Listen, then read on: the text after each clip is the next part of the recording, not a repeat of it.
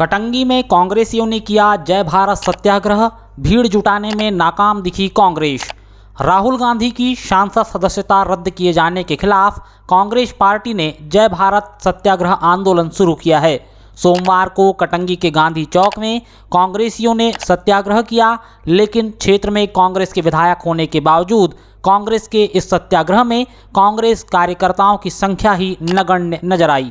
वैसे तो कांग्रेस ने यह सत्याग्रह जनता को केंद्र सरकार द्वारा किए किस तरह राहुल गांधी की सदस्यता निरस्त करवाई गई है यह बताने के मकसद से किया था, मगर इस सत्याग्रह में जनता नजर नहीं आई। सत्याग्रह में सुनाने वाले भी कांग्रेसी थे और सुनने वाले भी कांग्रेसी, जिससे प्रतीत हुआ कि कटंगी में कांग्रेस विधायक होने के बावजूद कांग्रेस जमीनी स्तर पर जनता से जुड़ नहीं पाई है।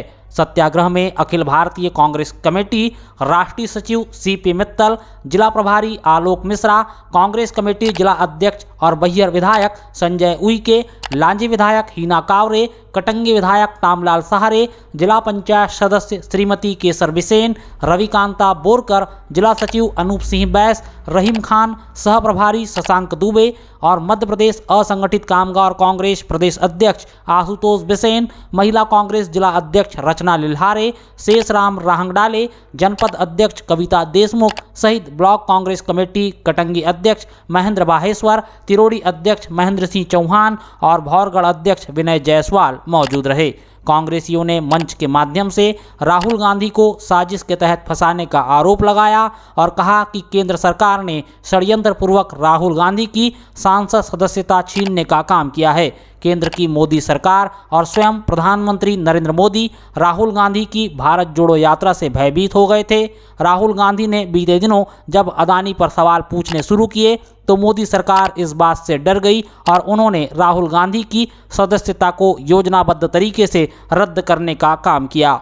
इस मौके पर अनूप सिंह बैस ने कहा कि देश में चोर और चौकीदार साथ में सो रहे हैं और 24 घंटे के अंदर हमारे नेता को लोकसभा से बर्खास्त कर दिया जाता है। अरे आम आदमी व्यवस्थाओं के नाम पर रो रहा है, आम आदमी व्यवस्थाओं के नाम पर रो रहा है।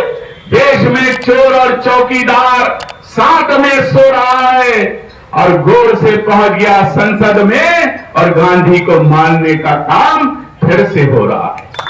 कांग्रेसियों ने गांधी जी के अति प्रिय भजन रघुपति राघव राजाराम पतित पावन सीताराम का गायन किया। वहीं सभा को संबोधित करते हुए लांजी विधायक हीना कावरे ने कहा कि इस सत्याग्रह का मूल मंत्र लोकतंत्र को बचाना है। लोकतंत्र की दिशा को बदलकर रख दिया गया है, इसीलिए जरूरत है कि जब आने वाले समय में प्रदेश में विधानसभा चुनाव हो तो कांग्रेस की विजय हो। राहुल गांधी ने कश्मीर से कन्याकुमारी तक की यात्रा की। इसको लेकर भाजपा को लग रहा था कि यात्रा तो शुरू हो चुकी है लेकिन पूरी नहीं हो पाएगी, लेकिन यात्रा सफल हुई। आरएसएस और भाजपा ने यात्रा को प्रभावित करने के लिए हर हथकंडे अपनाए, फिर भी यात्रा सफल हुई और देश में कांग्रेस का माहौल बनने लगा। इसी डर से भाजपा ने राहुल गांधी की संसद सदस्यता निरस्त कराने का काम किया है। सत्याग्रह का जो उद्देश्य है, सत्याग्रह जो चारों तरफ पूरे देश में हो रहा है, इस सब का मूल मंत्र यही है कि आज जिस तरह का लोकतंत्र हमारे देश में है, उस लोकतंत्र की जो दिशा को ही परिवर्तित कर दिया गया है। आज सही लोगों की जरूरत इस देश के संचालन करने में है और इन सब का साथ अभी मिलेगा जब मध्य प्रदेश में जब चुनाव हो 2023 में तो कांग्रेस की सरकार बने और जब 2023 में जब लोकसभा का चुनाव हो तब कांग्रेस की सरकार बने, तभी इन सब सत्याग्रहों का सही अर्थ निकल कर आएगा। मुझे विश्वास है इस बात का कि जिस तरह से आदरणीय राहुल गांधी जी ने भारत जोड़ो यात्रा उन्होंने शुरू करा, कन्याकुमारी से लेकर कश्मीर तक, जब इस यात्रा की शुरुआत हुई थी तो सारे लोगों को, भारतीय जनता पार्टी के लोगों को इस बात का भय था कि शुरू तो कर ली है पर पूरी यात्रा हो नहीं पाएगी। जितने हथकंडे भारतीय जनता पार्टी और आरएसएस के लोग कर सकते थे उन सारे हथकंडों को उन्होंने अपना लिया, लेकिन राहुल गांधी जी की भारत जोड़ो यात्रा को वो रोक नहीं सके। और आज आप देखिए कि उसी का प्रतिफल है कि जो देश में एक माहौल बना, देश में एक सोच बनी है कि आज भी उनको सारे लोगों को इस बात का एहसास है कि इस देश को सही दिशा पर यदि कोई लेकर जा सकता है, सही रास्ते पर यदि इस देश को कोई लेकर जा सकता पार्टी लेकर जा सकती है।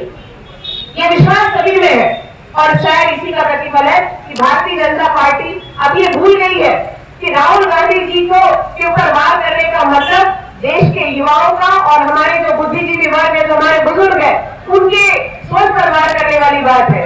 कांग्रेस के जय भारत सत्याग्रह को संबोधित करते हुए जिला पंचायत सदस्य श्रीमती केसर बिसेन ने कहा कि भाजपा ने तो सदा ही गांधी परिवार पर कीचड़ उछालने का काम किया है।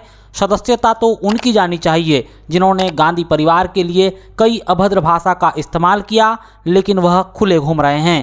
कांग्रेस पार्टी त्याग और बलिदान की पार्टी रही है। कांग्रेसियों ने देश के लिए अपना खून बहाया है।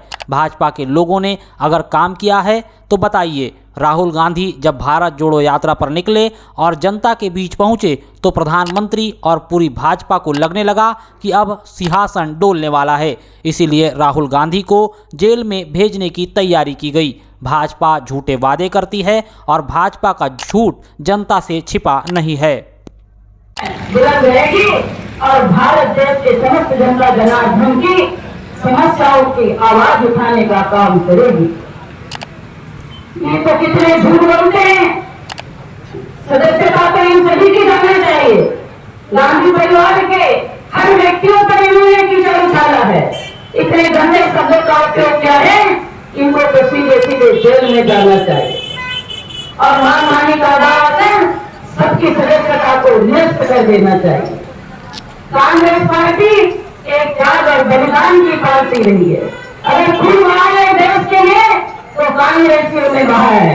मैं पूछना चाहती हूँ कि भारतीय जनता पार्टी के लोगों ने देश के लिए क्या कुर्बानियां दी। जब राहुल गांधी जी भारत जोड़ो यात्रा में पद यात्रा कर रहे थे तो पूरा जन सैलाब उमड़ पड़ा था। तब मोदी जी को लगने लगा कि मेरा सिंहासन तो अब हिलने वाला है और डगमगाने वाला है।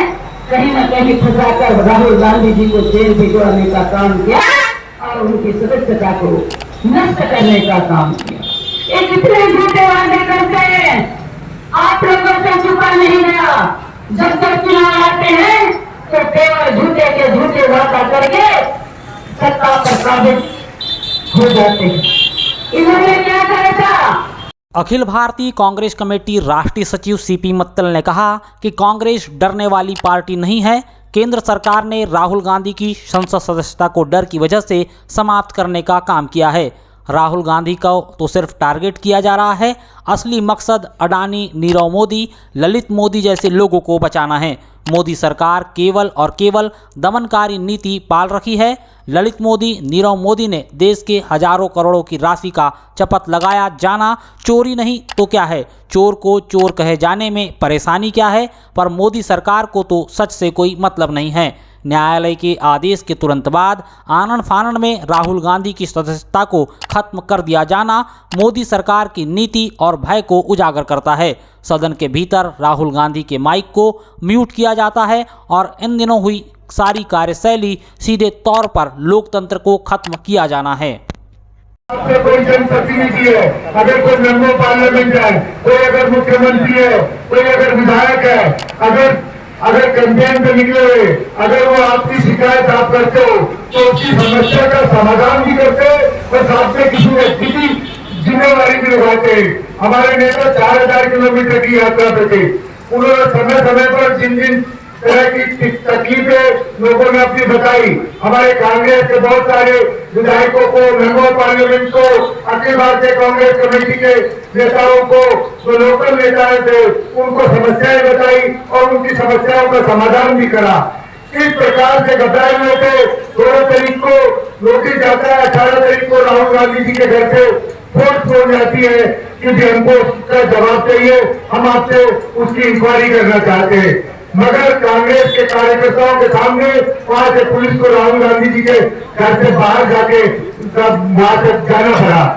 और इस तरह अगर राहुल गांधी जी के ऊपर उनका बस नहीं चला, किस प्रकार से फरवरी के अंदर 2 साल पहले केस खत्म किसी ने स्टे ले लिया था, जिसने 2019 के अंदर कर्नाटक के अंदर राहुल गांधी जी ने बयान दिया था कि किस प्रकार से देश के अंदर लूटमार चल रही है। कहीं नीरव मोदी, कहीं ललित मोदी, कहीं मोदी जी के बहुत सारे मित्र जो देश के अंदर हजारों करोड़ रुपया जिनके ऊपर कर्जा ले रखा है और देश छोड़ के भाग रहे हैं, उसमें हमारे मुखिया प्रधानमंत्री का बहुत बड़ा योगदान है। वो सब जनता के बीच में सच को उजागर करा। उस वहां पे 4 साल पहले जो चीज हुई उसको 2023 के अंदर दोबारा से मार्च के अंदर शुरू करते हैं और 15 दिन के अंदर हमारे नेता को 2 साल की सजा सुना देते हैं और अगले दिन जो लोकसभा की सदस्यता है उनकी रद्द कर देते हैं। सिर्फ उनका टारगेट ये था कि किसी भी तरह राहुल गांधी जी देश